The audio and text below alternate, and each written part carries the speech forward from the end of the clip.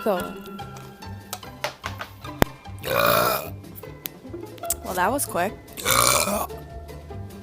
Okay. Wow.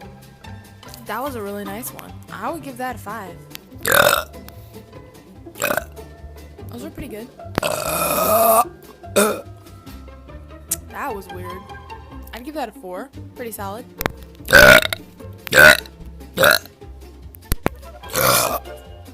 Wow, that was like a 4? That was pretty impressive.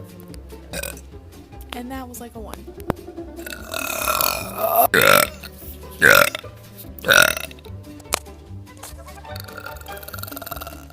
Disappointing. I'd give it a 4 out of 10. It produced a lot of burps, but not very many quality burps. Dr. Pepper is definitely still in first place. So, yeah, Coca-Cola 4 out of 10. Disappointing.